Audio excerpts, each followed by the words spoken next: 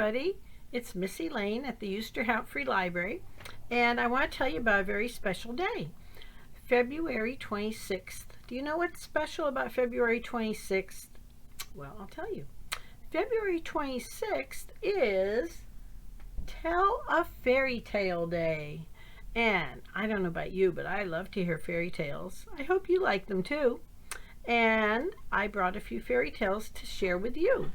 Now, the fairy tales I'm going to tell you are a little bit different than the way you may have originally heard some of these stories, or they may have changed some of the characters. For example, I wonder if you know the story of this little girl. Her name is Little Red Riding Hood. And if you do, you know that Little Red Riding Hood sets off to visit her grandma, and she meets a big bad wolf while she's on her way to grandma's house. So the story I'm going to tell you, though, is a little bit different. It's called Red Riding Hood and the Big Bad Wolf. No, this is the Sweet Little Wolf. Oh. And just looking at the cover there, this wolf doesn't look like a big bad wolf, does she? No. And what do you think Red Riding Hood and the wolf both like to do?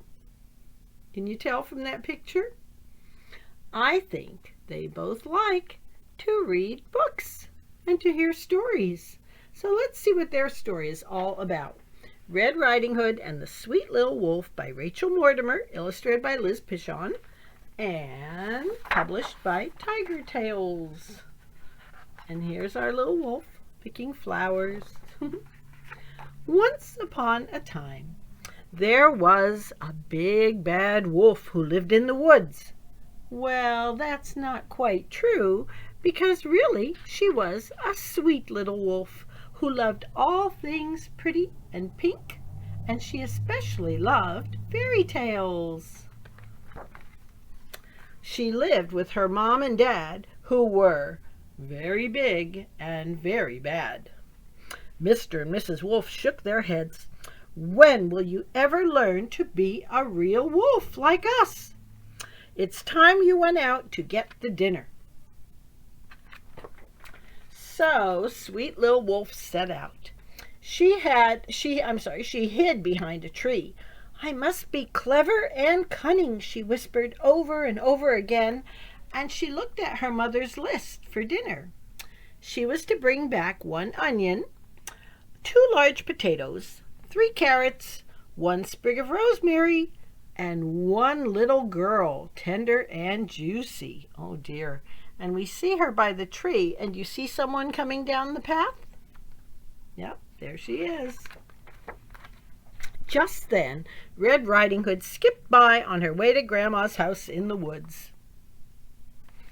Sweet Little Wolf couldn't believe her luck. She scampered slyly, and she followed Red Riding Hood along the path. Red Riding Hood was reading a story out loud. She was reading, Once upon a time, with a flick of a wand, a girl's rags turned into a beautiful gown fit for a ball. Wonder who that girl was. Do you think you know? Well, the story she was reading was a fairy tale. Sweet Little Wolf pricked up her ears and listened. Outside Grandma's cottage, Red Riding Hood finished the story, she said, and they lived happily ever after. And then she went inside Grandma's house. Sweet Little Wolf felt in her pocket for a handkerchief. Happy endings always made her cry. She pulled out her mother's list. Oh no, she said. What had she been doing? She couldn't go home without dinner. Uh-oh, let's see what she's going to do. Well, there was only one thing to do. Grandma was out, so Sweet Little Wolf crept into the cottage after Red Riding Hood. And on Grandma's door, Grandma left a sign that said, Gone to pick bluebells. She signed Grandma. Do you know what bluebells are? Bluebells are a kind of flower. So she went to pick some flowers. Well, Little Wolf tried her hardest to make a scary face, And she pointed her sharp claws and she practiced her best growl in Grandma's bedroom mirror. Her family would be so proud. There she is trying to be a big bad wolf and going grrr, grrr. But then she spotted a lovely pink robe and a frilly nightcap on the back of the bedroom door. Sweet little wolf couldn't resist trying them on. Remember, she likes things that are pink and frilly. Suddenly, she heard Red Riding Hood in the next room. There she is, all dressed up in Grandma's pink robe. The little girl was reading again. She read, "Once upon a time, a girl was rescued from a tower in the middle of a forest by a handsome prince." Sweet little wolf lay down in Grandma's soft, cozy bed. She decided she would just listen to one more story. She looks pretty cozy there. Then she would be a real wolf. Pretty soon, Red Riding Hood heard a strange noise coming from Grandma's bedroom. She heard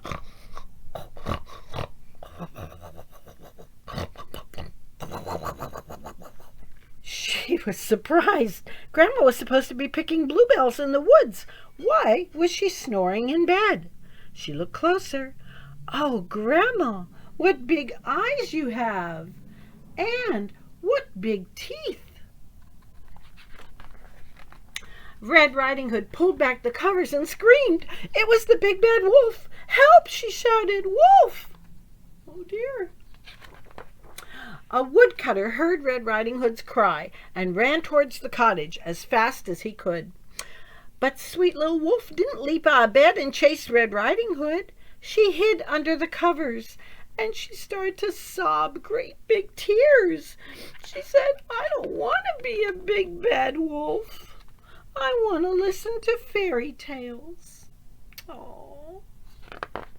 Red Riding Hood felt sorry for Sweet Little Wolf. She told the woodcutter that she was perfectly safe, and so she wrote a letter in her very best handwriting.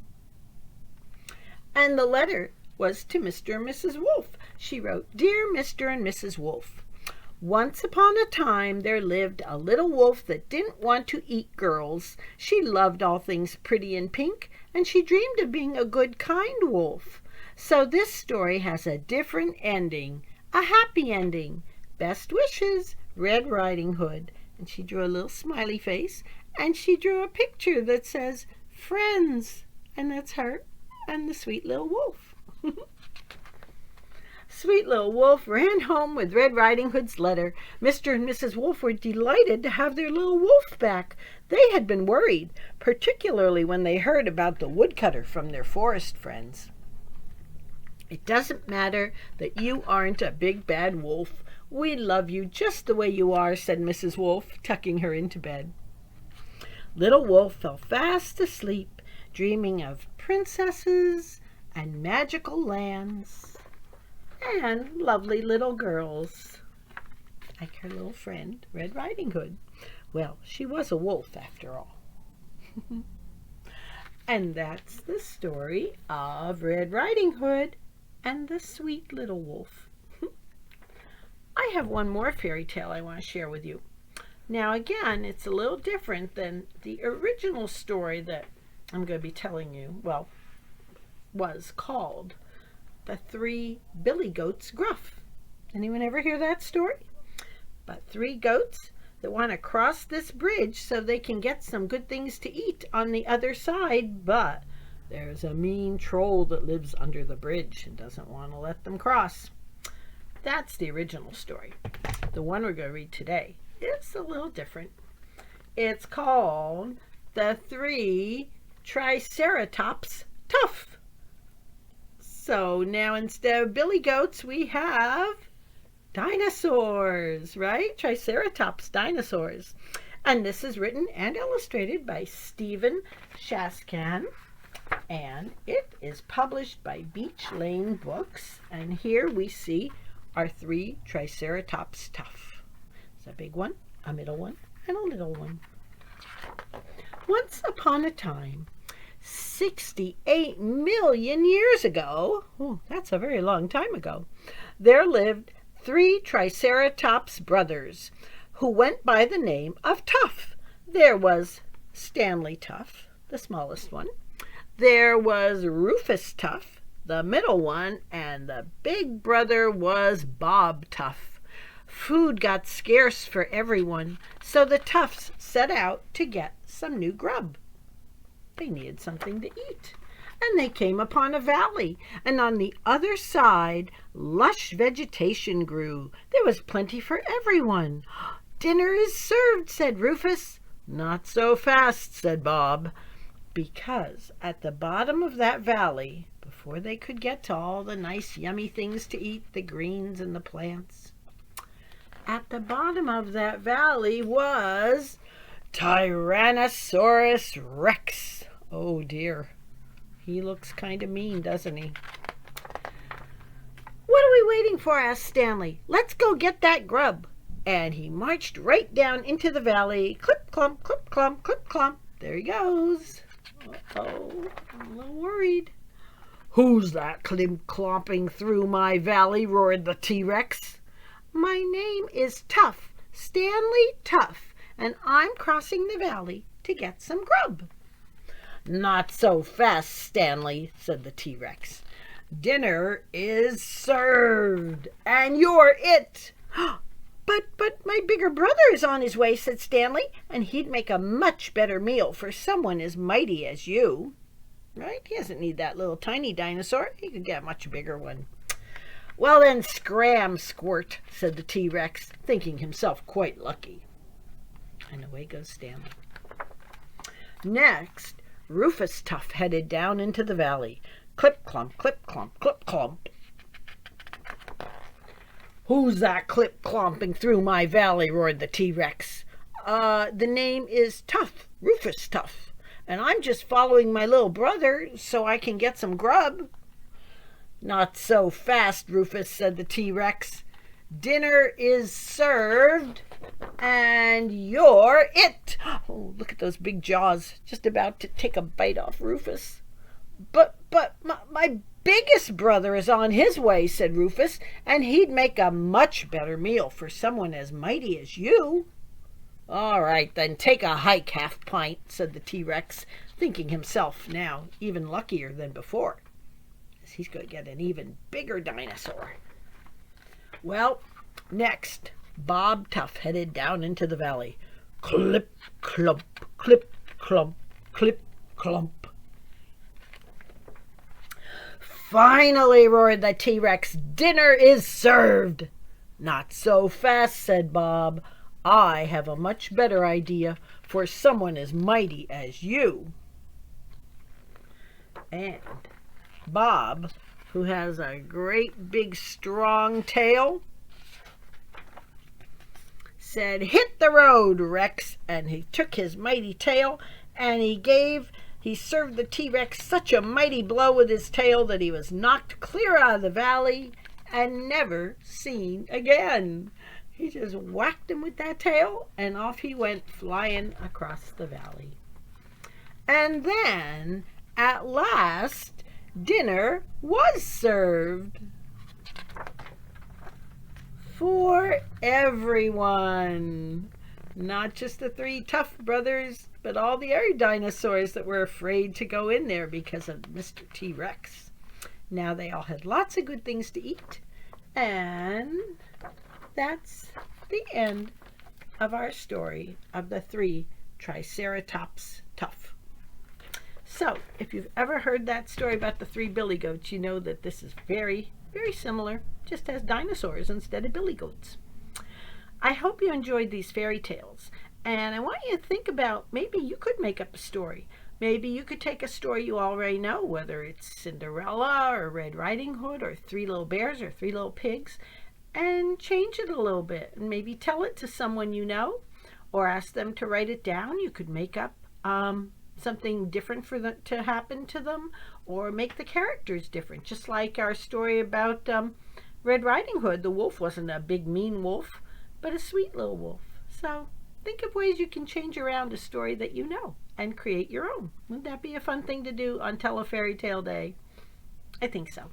So enjoy some fairy tales on February 26th then, anytime. Right? Fairy tales are always fun.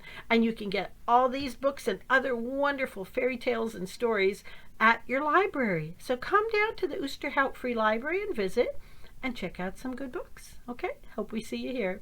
Thank you for listening. Bye, everybody.